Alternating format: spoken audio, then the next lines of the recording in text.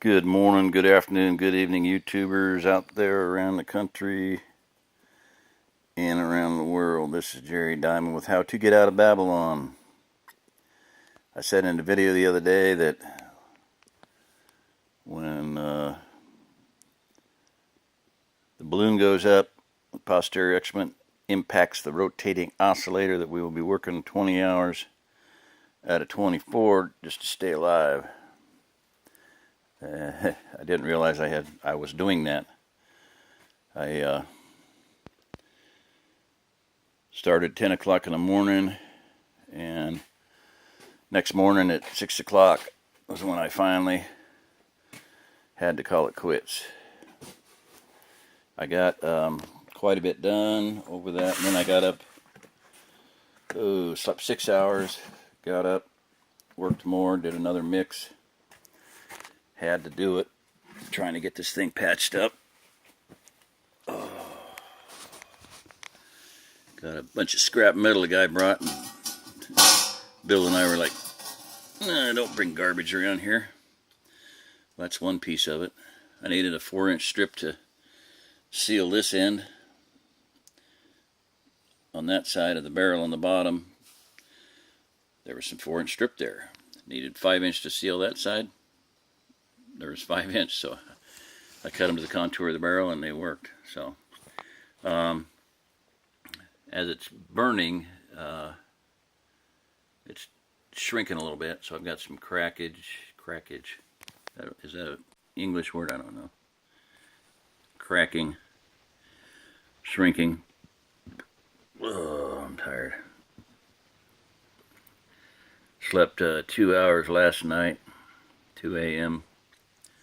Got up at 4 to come out here and warm the place up. Anyway, I've got burning. The casing's burning on that side and on this side. No big deal. It's not. This is not support for the stove. It's resting on the cinder block, so I need to fill in the cinder blocks. I'm going to do that with aircrete, but I'm not going to do it now. I'm just too tired. Everything else is holding. Where that elbow is, I am going to take it up just a little bit. I've got 3 elbows. I got one soaking with what do you call it stuff? WD-40. I need 3 elbows to do what I want to do. I'm going to step through here. And doing that will also eliminate stepping over the pipe and ducking that pipe. So, and I wish I would have thought of it before, but I didn't have the elbow ready to go. So I'm going to bring that up a little bit so that it comes across. Do I have a pointy stick? Nope, I don't. Using my finger there. So I'm going to bring it up just a little bit and then bring it over so it'll be up about 8 inches. Yeah, let's see, calculate about a foot maybe. So angle it over so it'll come, put an elbow here, and then there'll be a vertical rise all the length of the drum. So I'll have to move that bolt to make it really snug against the barrel, is, between the lid and the base there. So, and then up to there, and I'll put the T probably right there. That'll be maximum height. Yeah, that'll pick up heat right next to the can. And then I could snug the can over further against. That's really good, yeah. It'll be further this way, picking up maximum heat from the barrel, and that can, coconut oil can be further over, touching the T. So that'll be a nice vertical rise stack inside the greenhouse for if it's running real clean and putting off CO2 and water vapor, I can just take the can off of there and let it vent inside, so it'll be the same height exactly, no big deal. So I'll use that T as one of the elbows, which I'm already using it. Maybe I'm going to do 2 elbows. Okay. I might just for kicks and giggles. So I need a short rise there, and then an elbow. And it'll be angled. Maybe I could just do it right there. I could do that too. Now it's got to be in line with the exit hole. Yeah. Okay. So I put an elbow in. This is the way you figure these things out. You just think it through, think it through, think it through.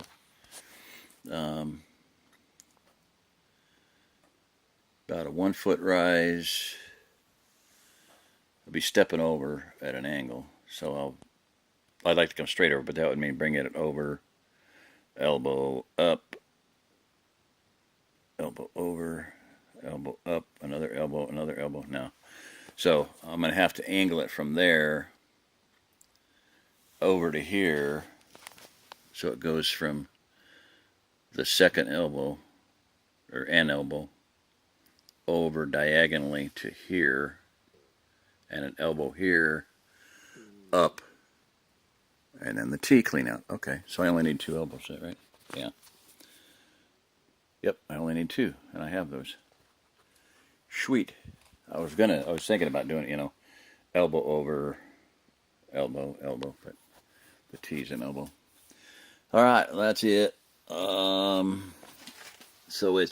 you can see there's a little bit of, well, you can't see now, it's totally covered up. That is from being seeping out here. It's shrunk here. No big deal, it's not leaking there. Back there you can see I just jammed, I created that in as best I could with perlite and fire clay, and just trying to, you cannot have a fire if you do not have oxygen. You have to have fuel, ignition source. The ignition source is probably running about 800 to 1,000 degrees inside that burn tunnel, and there's oxygen seeping in there. So the casing is the fuel. So I've got it plastered rock type. I use rocks as like a form to hold the crete in place. I built a little wall. You can see it better over here. I got a couple rocks there ready in case I want to, because there's a little bit of, I'm thinking I've seen a little bit of singeing down there. I doubt it, but it's possible. And then you can see where I used rocks there. 1, 2, 3 chunks just to hold the goopy plaster in place. Then there's some cracking along here. I'm thinking there's probably cracking, looks like a seam there. Possibly another one right there. So no big deal. What we're going to do is, I think I mentioned before, but between the center block and the pipe there, build a box. I'll probably build it and just come right over this one, outside of this one. And then right up to the wall on this side, this wall. So this is already in place.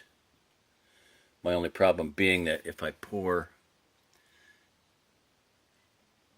build another form along here, it'll seep in. I said before, they're down here. I'm going to hold the camera down there.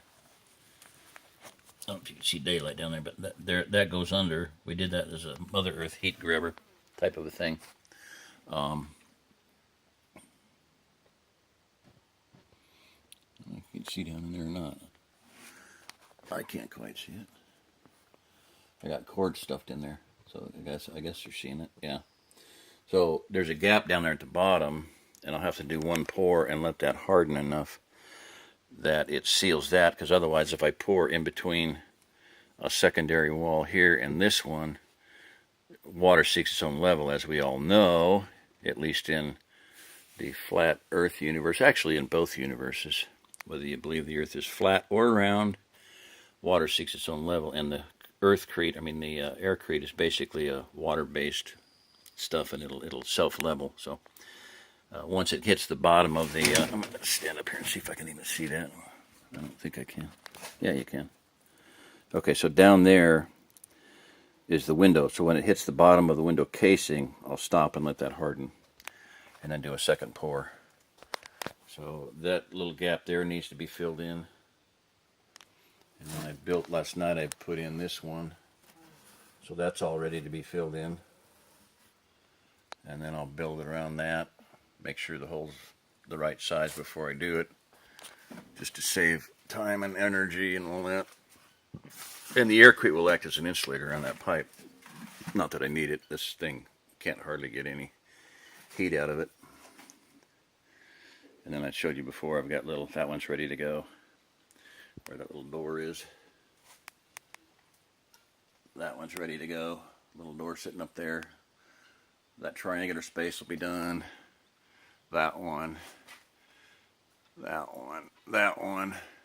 And I'm taking measurements on those already. I'm cutting pieces ahead of time, so they'll be ready to install, to insulate the living daylights out of these doors.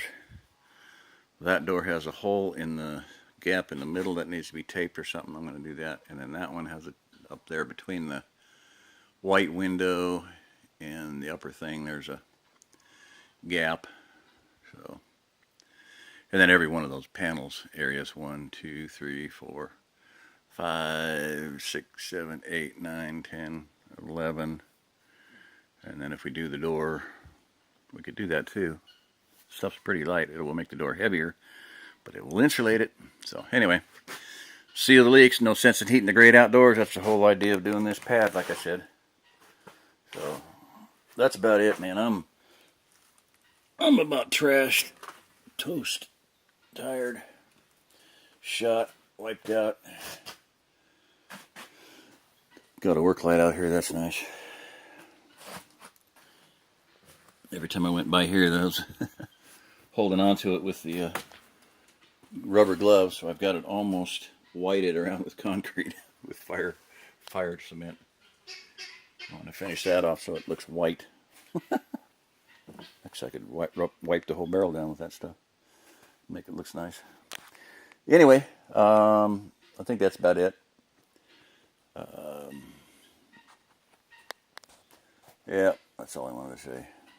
Oh yeah, I got a bag of concrete out here. I got David ready to bring me a bag of concrete now. I asked him to put it in the wheelbarrow, but it's on the chair. I'm going to rock it over into the bucket there and fill the bucket, or half it, because I want to do a mix of aircrete. I guess I'm going to be doing that myself too, which will be fun, but I'm not doing it now. Too tired.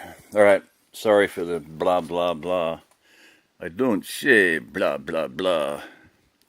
Showed you my little office out there. Sit out in the rain and look at the moon and the stars in the middle of the night. All right, this is Jerry Diamond with How to Get Out of Babylon. If you're listening to this, you are the remnant. You are the remnant. All right, people, do something. You got a little bit of breathing space here between now and January inauguration day, because I don't think it's going to happen personally. Said that before. Been saying for over 16 years. George Bush was the 42nd, actually back probably about 93. That 42nd president will be the last president, and George Bush was the 42nd president. Obama was not a president, not legally, constitutionally, morally, mentally, or biblically especially qualified to be a president. He's an alien among us, rising higher and higher to rule over us. He is not and never was a president. He is judgment, and that's what we're facing, judgment. And if anybody thinks that Obama has been a president, and if anybody thinks Trump is going to make America great again, I got some land to sell you. So, good night, good morning, whatever it is. I don't even know. It's daylight, I know that. Alright, good night, good morning, good evening, good afternoon. Pasta lasagna.